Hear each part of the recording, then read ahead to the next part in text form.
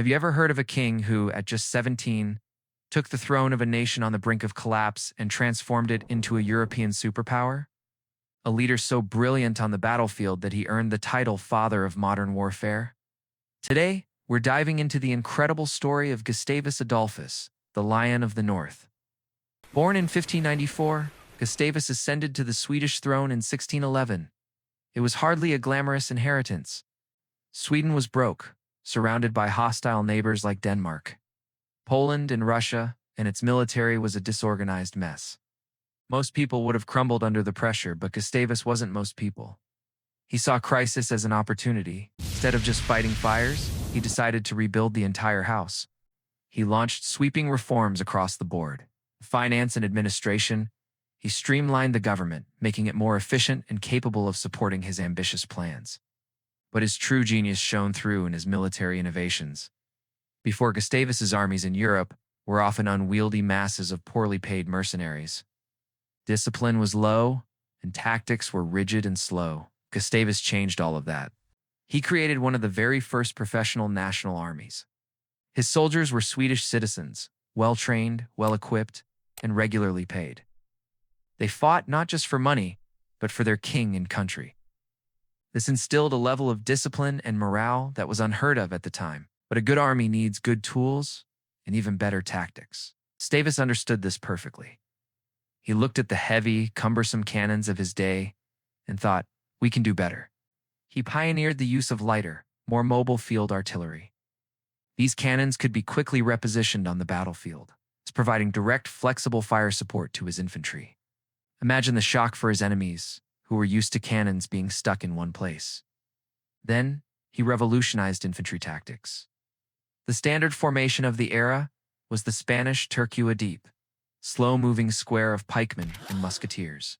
It was a defensive powerhouse, but lacked offensive punch. Gustavus thinned out these formations, creating shallower lines that allowed more musketeers to fire simultaneously. He drilled his troops relentlessly in volley fire, where ranks of soldiers would fire in succession, creating a continuous hail of bullets. But his greatest innovation was combining these elements. Gustavus was a master of combined arms tactics. He didn't see infantry, cavalry, and artillery as separate units. He saw them as a symphony of destruction. His cavalry would charge to disrupt enemy lines. His new mobile artillery would blast holes in their formations. And his highly disciplined infantry would advance with devastating volley fire to deliver the final blow. It was fast, flexible, and utterly lethal. He was essentially writing the playbook for modern warfare. With his reformed nation and revolutionary army, Gustavus set his sights on his rivals. First turned east, securing crucial territory from Russia in the Ingrian War, which gave Sweden control over the Gulf of Finland. Next, he took on his cousin, the King of Poland. In a long and grueling conflict, he captured the wealthy port city of Riga and the entire province of Livonia, cementing Sweden's dominance over the Baltic Sea, which effectively became a Swedish lake. These campaigns were more than just land grabs. They were proving grounds for his new military machine. With each victory, his army gained experience and his reputation grew. But his greatest test and his final act would come during one of history's most devastating conflicts, the 30 Years' War. By 1630, the war had been raging for over a decade, devastating Central Europe. The Protestant cause was on the verge of collapse under the might of the Catholic Holy Roman Empire. In a bold and risky move, Gustavus Adolphus landed his Swedish army in Germany, declaring himself the champion of the Protestant princes. Many were skeptical. Could this king from the frozen north really challenge the most powerful empire in Europe? The answer came at the Battle of Breitenfeld in 1631.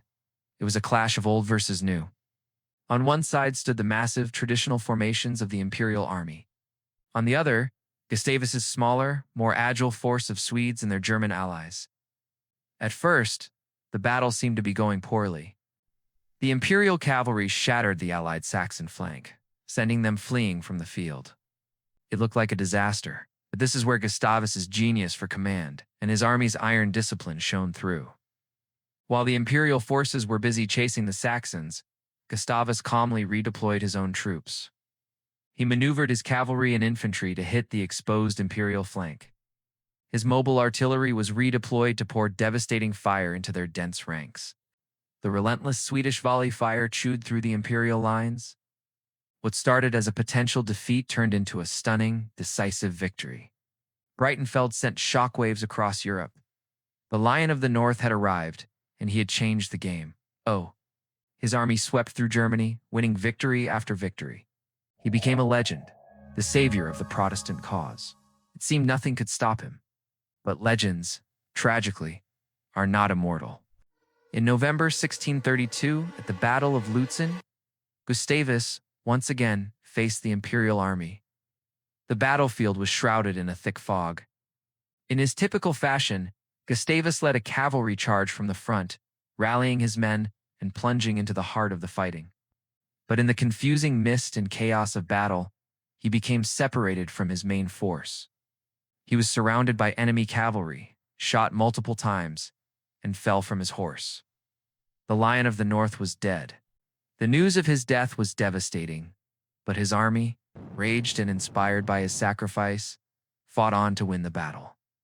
Gustavus Adolphus died at the peak of his power, at the age of just 37. Yet his legacy was already secure. He had single-handedly transformed Sweden from a minor kingdom into a major European power, status it would hold for a century. More importantly, his military innovations laid the foundation for how wars would be fought for the next 200 years. His concepts of a professional national army, mobile artillery, volley fire, and combined arms tactics were studied and copied by generations of military leaders, including greats like Napoleon. Gustavus Adolphus was more than just a conqueror. He was a visionary, a reformer, and a brilliant strategist who truly earned the title Father of Modern Warfare. Even today, Sweden remembers him every year on November 6th, Gustavus Adolphus Day, a tribute to the young king who forged an empire and changed the face of war forever. Thanks so much for watching. If you found this story as fascinating as I did, please hit that like button, subscribe to the channel for more deep dives into history, and let me know in the comments which historical figure you'd like to see covered next. See you in the next one.